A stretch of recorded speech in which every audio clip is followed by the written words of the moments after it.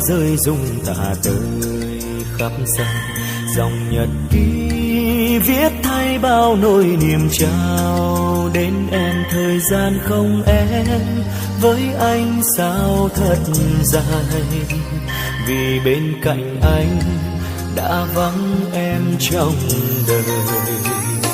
Không còn nữa những đêm khi ta cùng nhau ngắm sao, từng hồi ức khắc sâu mãi không mờ phai. Theo tháng năm chẳng còn ý nghĩa nếu thiếu em trong đời.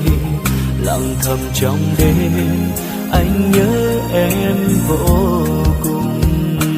Người ra đi nhớ thương anh cùng. Vì sao thế em hỡi cất bước quay lưng mà đi, để mình anh cô đơn riêng mang ấm thầm lặng lẽ. Gió đông về vội vàng buốt tim đau bờ và khóc than, phải làm sao xóa dịu đi những vết thương lòng. Dòng nhật ký này đã ướt đẫm phai phôi, vì anh đã tuôn rơi trên đây bao nhiêu là giọt nước mắt. Vào vị trí của anh em mới biết đau như thế nào, dường như trong em anh cứ như vô hình.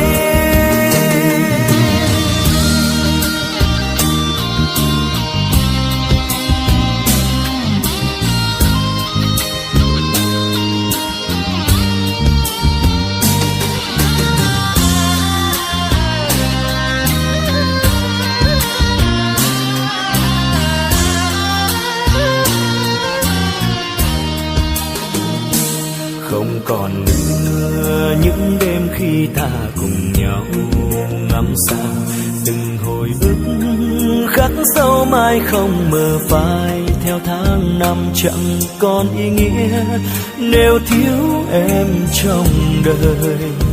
Lặng thầm trong đêm anh nhớ thương em vô cùng. Người ra đi nhớ thương anh cùng.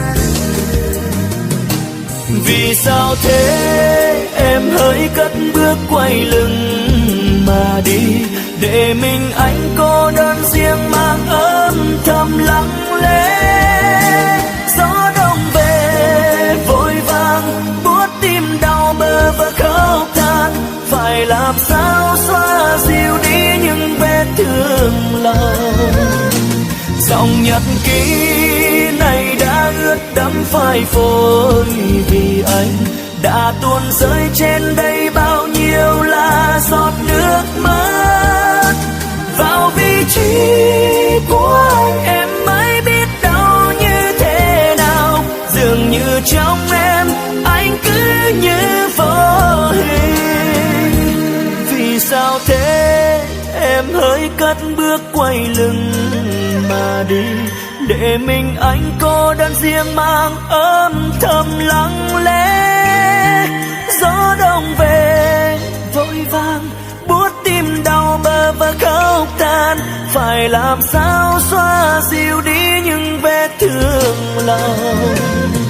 Dòng nhật ký này đã ướt đẫm phai phôi, vì anh đã tuôn rơi trên đây bao nhiêu là giọt nước mắt.